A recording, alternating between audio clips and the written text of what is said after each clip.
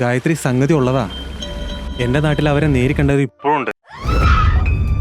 ആദ്യ കാഴ്ചയിൽ തന്നെ മയങ്ങി വീഴാൻ അത്രയ്ക്ക് സുന്ദരിയായിരുന്നു അവള്.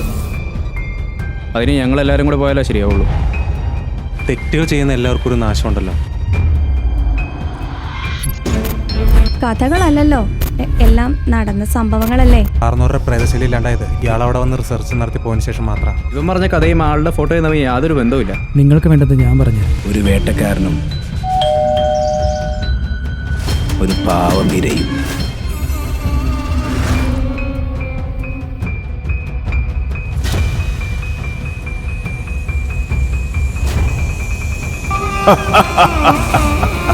എൻ്റെ കയ്യിലാണെങ്കിൽ അതിന് പറ്റിയ പാർട്ടി ഉണ്ട്.